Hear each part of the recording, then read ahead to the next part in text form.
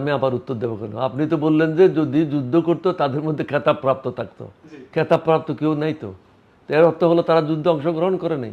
তারা ক্যালকাটায় বসে হেমা মালিনীর নাচ দেখেছে, সিনেমা দেখেছে, হিন্দি ফিল্ম দেখেছে, আমোদ ফুর্তি করেছে। তারা তো যুদ্ধে অংশগ্রহণ করে নাই।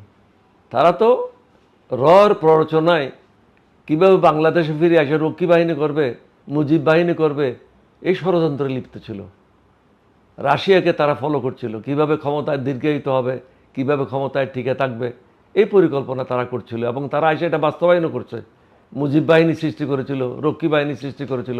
আর্মির কোনো প্রাধান্য ছিল না, রক্ষী বাহিনী ছিল 1 নম্বর বাহিনী, তাদেরকে সব সুযোগ সুবিধা দেওয়া হতো।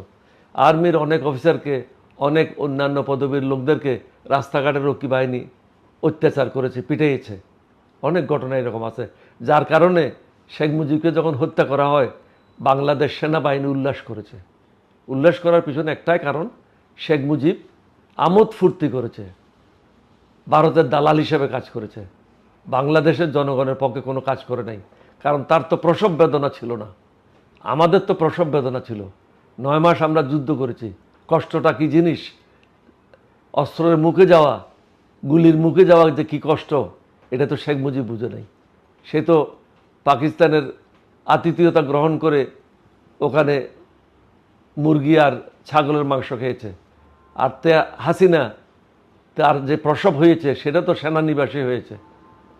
পাকিস্তান সেনাবাহিনীর সাহায্যে তার ছেলে, তাকে নিয়ে যাওয়া হয় সেনাবাহিনীর হসপিটালে, ওখানেই তো তার বড় ছেলে জয়ের জন্ম হয় এবং পাকিস্তানের কাছ থেকে ভাতা পাইতো। আমি একাধিকবার আপনাকেও বলেছি, সবাইকে বলেছি।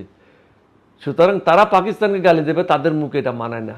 কারণ তাদের ভরণ পোষণ করেছিল পাকিস্তানিরা, তার ছেলে হয়েছে পাকিস্তানের সামরিক হসপিটালে। এটা হলো ভারতের বয়ান। তিনি ভারতের দালাল হিসাবে কাজ করেছেন। তাকে ভারতে প্রশিক্ষণ প্রাপ্ত করে বাংলাদেশে প্রেরণ করা হয়েছিল শহীদ রাষ্ট্রপতিকে জিয়াউর রহমানকে হত্যা করার জন্য। শহীদ রাষ্ট্রপতি জিয়াউর রহমান যেদিন শাহাদত বরণ করেন, হাসিনা ধরা পড়েছিল কোথায়? আখাউড়া বর্ডারে, সাজদা চৌধুরী সহ 2 জন পলায় যাচ্ছিল ভারতে।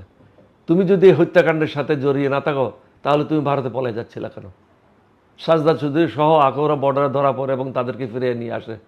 কিন্তু শহীদ রাষ্ট্রপতি জিয়াউর রহমান তাদের প্রতি অত্যন্ত শ্রদ্ধাশীল ছিল, শেখ মুজিবের প্রতি শ্রদ্ধাশীল ছিল, যার কারণে হাসিনার বিরুদ্ধে কোনো পরবর্তী পর্যায়ে কোনো ব্যবস্থা কেউ গ্রহণ করে নাই।